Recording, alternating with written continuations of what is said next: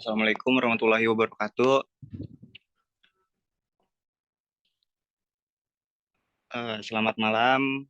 Sebelumnya, perkenalkan, nama saya Muhammad Adam Judi dengan NPM 2222011137, perwakilan dari kelompok 7 yang akan membahas materi LO tentang penyakit asma. Next, pendahuluan. Asma merupakan penyakit yang heterogen, biasanya ditandai dengan penyakit kronis atau peradangan jalan nafas. Hal ini ditandai oleh gejala pernapasan seperti mengi, sesak napas, sesak dada, dan batuk yang bervariasi dari waktu ke waktu dan juga dengan keterbatasan aliran udara, ekspirasi bervariasi. Asma merupakan gangguan yang bronkus yang ditandai dengan adanya bronkospasme periodik yang reversibel atau kontraksi berkepanjangan saluran napas bronkus. Sutrisna 2022. Secara umum, dampak asma dapat menurunkan kualitas hidup, terutama pada penderita asma yang sering mendapat serangan. Dampak penyakit asma sendiri bermacam-macam, tergantung dari faktor penyebab asma itu sendiri. Ada yang biasa menyebabkan sesak napas, batuk kronis, mudah lelah, hingga kematian. Sutrisna 2022. Gejala asma sering terjadi pada malam hari dan saat udara dingin. Karakteristik batuk pada penderita asma adalah berupa batuk kering, paroksismal, iritatif, dan non-produktif. Kemudian menghasilkan sputum yang berbusa, jernih dan kental. Jalan napas yang tersumbat menyebabkan sesak napas sehingga ekspirasi yang mendorong pasien untuk duduk tegak dan menggunakan setiap otot aksesori pernapasan. Lalu di sini ada kasus seorang laki-laki berumur 40 tahun datang ke poli penyakit dalam dengan keluhan sesak napas sejak pagi tadi. Data tambahan dari kelompok 7, yang pertama ada tekanan darah 120/70 mmHg, nadi 95 kali per menit, suhu 36,7 derajat Celcius, napas 32 kali per menit. Lalu data tambahnya ada pasien mengeluh pusing dan lemas, sudah mencoba batuk tapi dahak tidak keluar. Lalu pasien mengeluh sesak napas karena udara dingin. Pasien memiliki riwayat napas sejak kecil. Di keluarga pasien ada anggota keluarga yang mengalami sesak napas, yaitu ayah pasien. Lalu apabila sesak napas pasien hanya meminum obat yang didapatkan sebelumnya dari puskesmas. Pernapasan pasien kuping hidung pada pemeriksaan fisik torak didapatkan suara wheezing saat diauskultasi. Lalu pasien tampak cemas. Pasien mengatakan cepat lelah dan aktivitas fisiknya terbatas.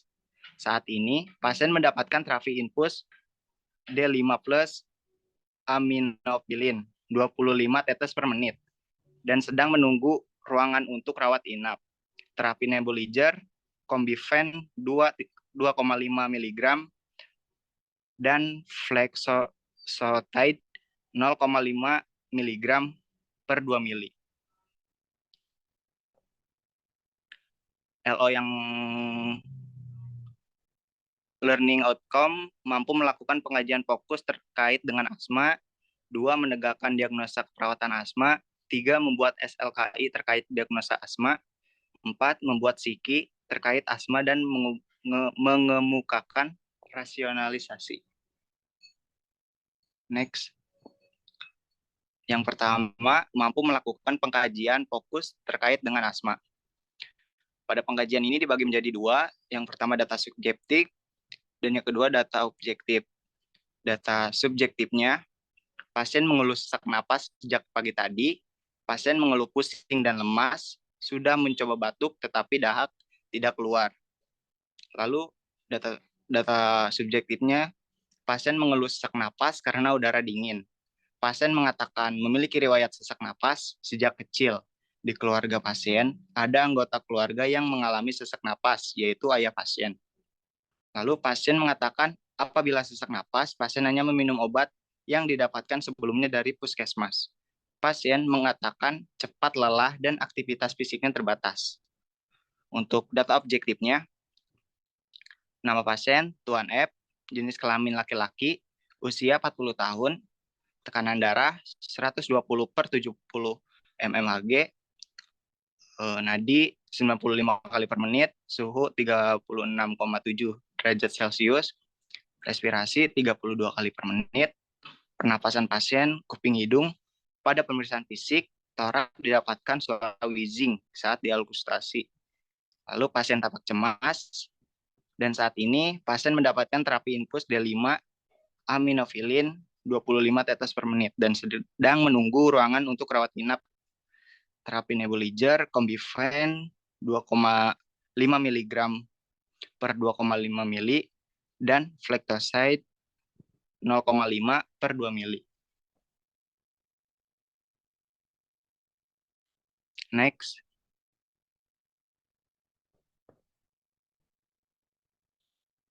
Menegakkan diagnosa keperawatan SLKI dan PSIKI.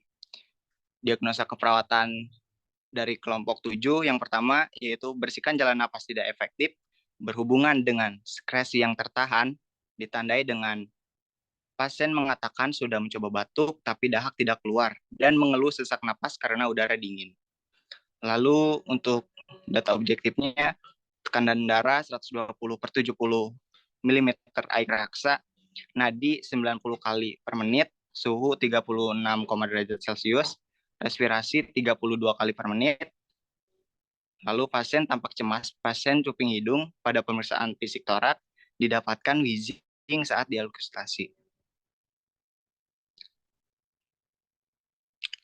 Untuk SLKI-nya, setelah dilakukan intervensi keperawatan selama 1 kali 24 jam, maka bersihkan jalan napas meningkat dengan kriteria hasil, batuk efektif meningkat, produksi sputum menurun, wheezing menurun, dyspnea menurun, gelisah menurun, frekuensi napas membaik, dan pola napas membaik. Next. Untuk psikinya yaitu latihan batuk efektif. Observasinya, identifikasi kemampuan batuk, monitor adanya retensi sputum, monitor tanda dan gejala infeksi saluran napas, monitor input dan output cairan. Untuk terapinya, atur posisi semi-Fowler, pasang perlak dan bengkok di pangkuan pasien, lalu buang sekret pada tempat sputum. Untuk edukasinya, jelaskan tujuan dan prosedur batuk efektif, anjurkan tarik napas dalam melalui hidung selama 4 detik, ditahan selama 2 detik, kemudian keluarkan dari mulut dengan bibir mencucu atau dibulatkan selama 8 detik. Anjurkan mengulangi tarik napas dalam hingga 3 kali. Lalu anjurkan batuk dengan kuat langsung setelah tarik napas dalam yang ketiga. Untuk kolaborasinya, kolaborasi pemberian mukolitik atau ekspektoran. Lalu psiki yang kedua, manajemen napas. Untuk observasinya, monitor pola napas, seperti frekuensi, kedalaman, usaha napas, lalu monitor bunyi napas tambahan atau wheezing, monitor sputum, jumlah, warna, dan aroma.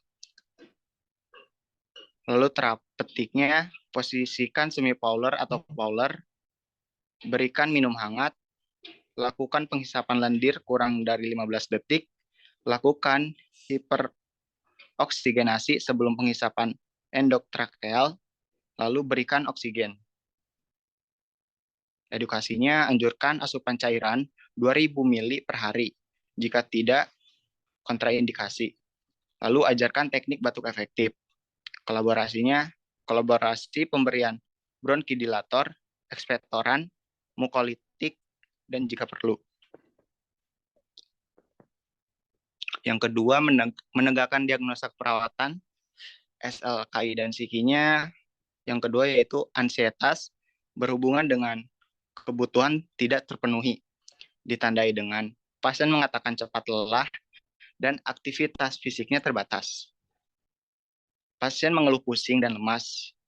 Dengan data objektif, tekanan darahnya 120/70 mm air raksa, nadi 90 kali per menit, suhu 36,7 derajat Celcius, respirasi 32 kali per menit.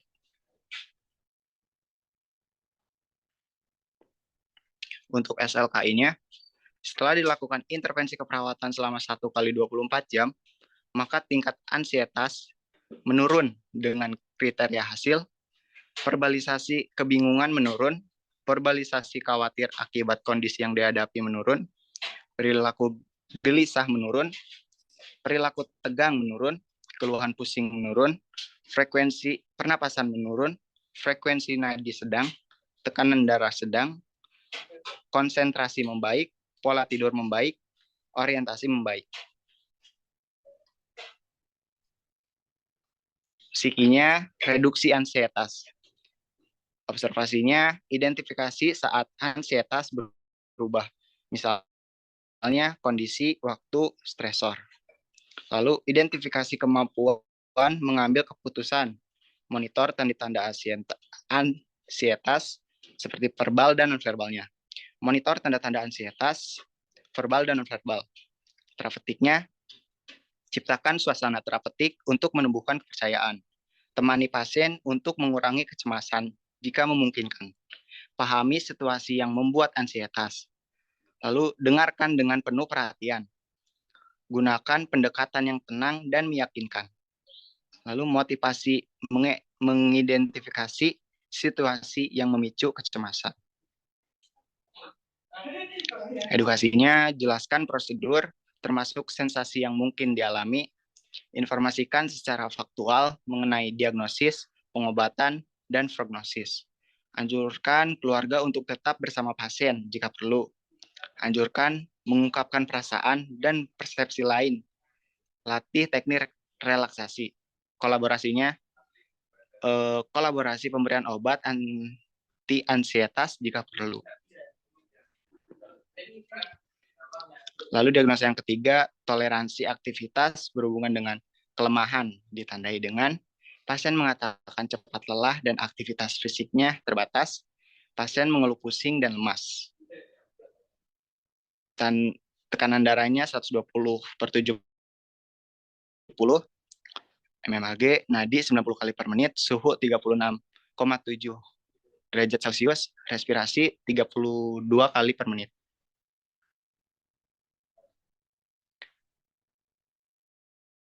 Setelah dilakukan intervensi keperawatan selama 1 kali 24 jam, maka toleransi aktivitas meningkat dengan kriteria hasil, keluhan lelah menurun, dyspnea saat aktivitas menurun, dyspnea setelah aktivitas menurun, perasaan lemah menurun, aritmia saat aktivitas menurun, aritmia setelah aktivitas menurun. Psikinya, terapi aktivitas. Observasi, identifikasi defisit tingkat aktivitas, identifikasi kemampuan berpartisipasi dalam aktivitas tertentu, identifikasi strategi meningkatkan partisipasi dalam aktivitas, monitor respon emosional, fisik, sosial, dan spiritual terhadap aktivitas.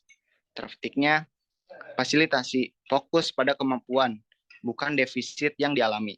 Fasilitasi memilih aktivitas dan tetapkan tujuan aktivitas yang konsisten sesuai kemampuan fisik, psikologis, dan sosial. Fasilitasi pasien dan keluarga dalam menyesuaikan lingkungan untuk mengakomodasi aktivitas yang dipilih. Lalu fasilitasi aktivitas fisik rutin, misalnya ambulasi, mobilisasi, dan perawatan diri sesuai kebutuhan. Lalu yang terakhir, jadwalkan aktivitas dalam rutinitas sehari-hari. Edukasinya, jelaskan metode aktivitas fisik sehari-hari, ajarkan cara melakukan aktivitas yang dipilih, anjurkan melakukan aktivitas fisik, sosial, spiritual, dan kognitif dalam menjaga fungsi dan kesehatan. Anjurkan terlibat dalam aktivitas kelompok atau terapi. Kolaborasinya, kolaborasi dengan terapi okupasi dalam merencanakan dan memonitor program aktivitas jika sesuai. Rujuk pada pusat atau program aktivitas komunitas jika perlu.